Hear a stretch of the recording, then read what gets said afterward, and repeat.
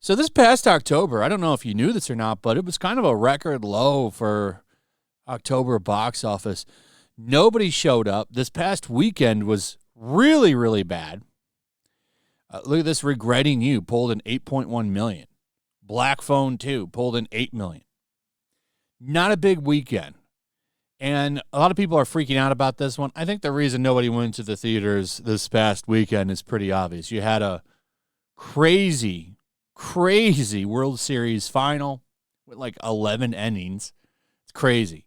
And then you had Halloween on Friday. So, I mean, everyone's busy. There's big things going on. So that, I think, is a big reason why nobody went this past weekend. But I think you're a fool if you're ignoring the fact that no one's showing up for these movies. You had a lot of big movies this month that just tanked. Tron, Ares, Roofman, one battle after another. Those are supposed to be huge hits. They weren't. And Hollywood doesn't help themselves out when they get overly political. They turn a lot of people off. Look at Harrison Ford here. Harrison Ford launches profanity-laden attack on Trump's climate policies. Now, Harrison Ford has been going almost as hard as Mark Hamill these past few months. I really don't get it because he's never really been like this. Maybe he has, and I just don't remember it. But for the most part, especially like during Trump's first presidency, I don't remember Harrison Ford ever really saying anything. He's just flying his planes and crashing them as usual. But now he's talking shit. And it's like, what are you doing this for, man? You're going to end up like Robert De Niro where people resent you. Or you're going to end up like your co-star, Mark Hamill, who everybody makes fun of.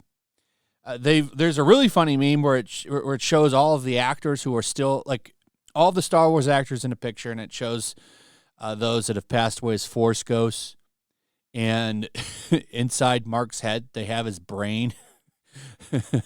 They highlight his brain because that's a Force ghost now, too. That's one of the funnier ones. This is a bad idea.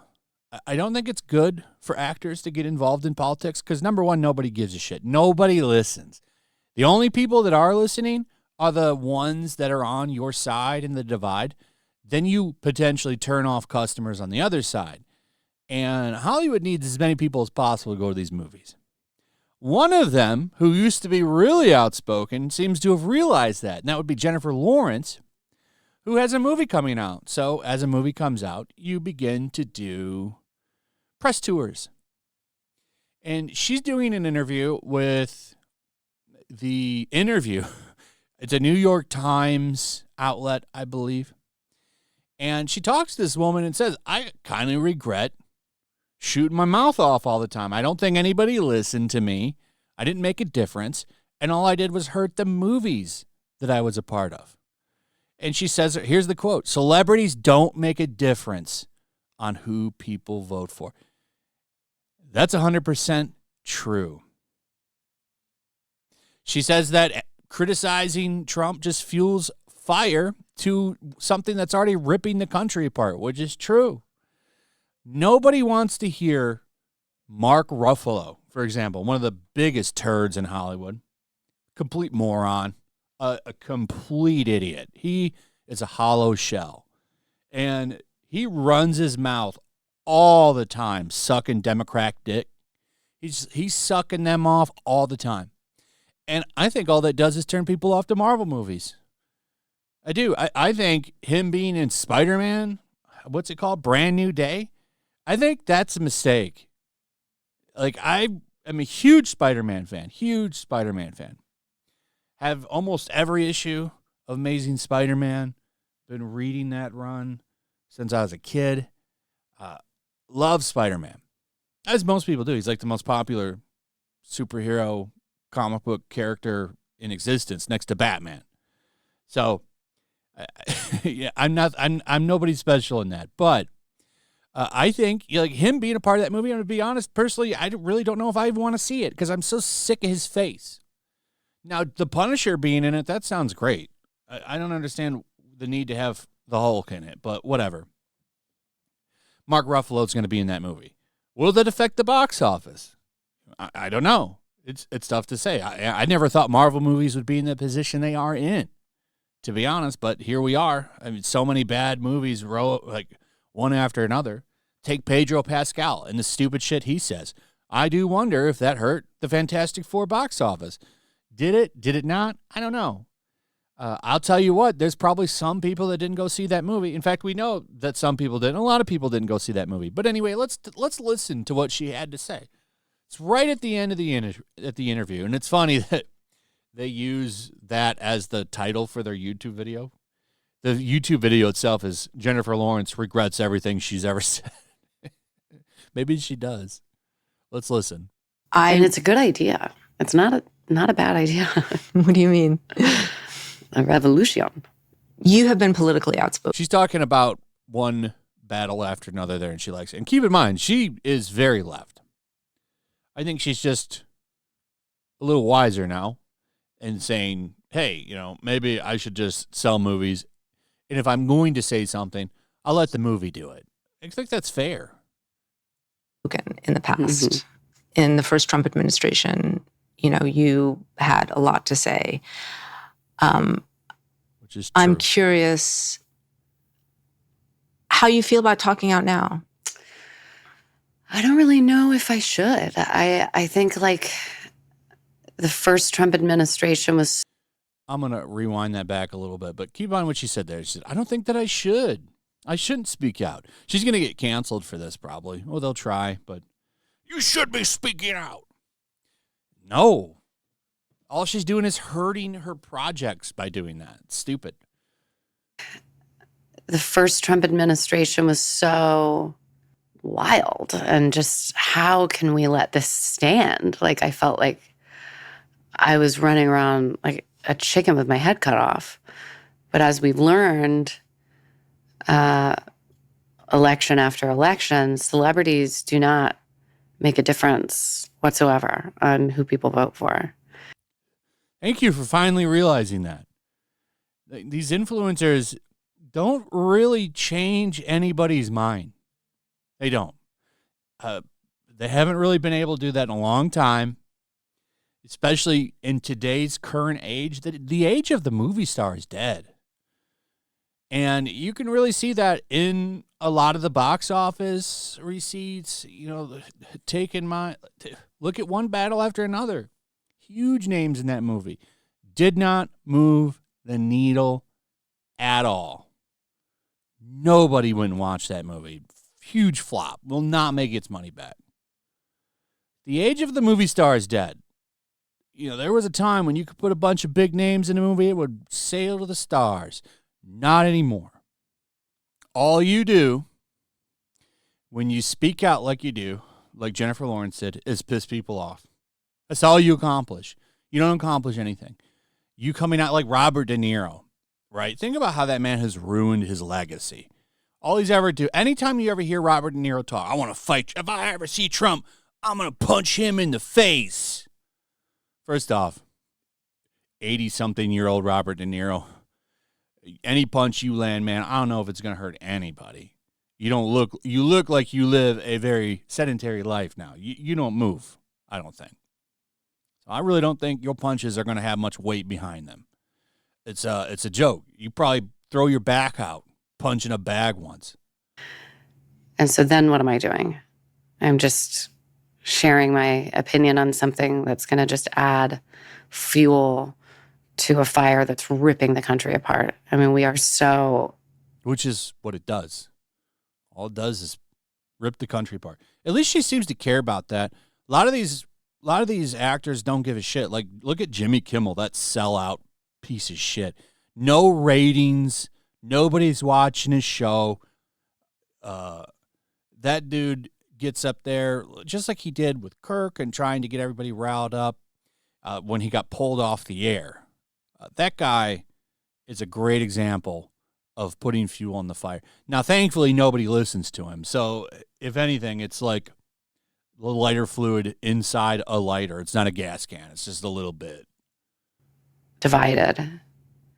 I think I'm in a complicated recalibration because I'm also an artist, and I with this temperature and the way that things can turn out, I don't want to start turning people off to films and to art that could change consciousness or change the world because they don't like my political opinions. I want to protect my craft. Smart. So that you can still get lost in what I'm. So you can still have escapism. Thank you for realizing that. It's very important. It's important for people to have things to sit down and unwind with. You don't know how much that helps people. This is what got me into even doing any of this kind of stuff. It's like escapism is an important thing. Think about everybody out there that doesn't live privileged lives like Jennifer Lawrence and all these other actors who work hard, work long shifts, 2 jobs, kids, all of just life's things. How great is it when you can finally sit down and watch that show or that movie or play that video game and you can finally just get away from all of the nonsense. And then you turn on that nonsense and it's just more lectures, more bullshit. That's one of the biggest problems in Western entertainment in general. It's just more nonsense. Nobody wants it. They just want to escape, especially in today's day and age with inflation and just, the inability for some people to even do anything outside their home because they can't afford it. It's a very important thing, I would argue. It's a problem with the right in general, is they have never really understood that until recently. I think some of them are finally taking entertainment seriously. But it is a very important thing. Escapism, getting away from it, unwinding. These are important things that keep people from breaking. What I'm doing, what I'm showing. And if I can't say something that's going to speak to some kind of peace or lowering the temperature or some sort of solution, I just don't want, I don't want to be a part of the problem. I don't want to make the problem worse. It's good. That's pretty well said, I think. You should just want to make it worse. What's the solution? None of these people offer solutions.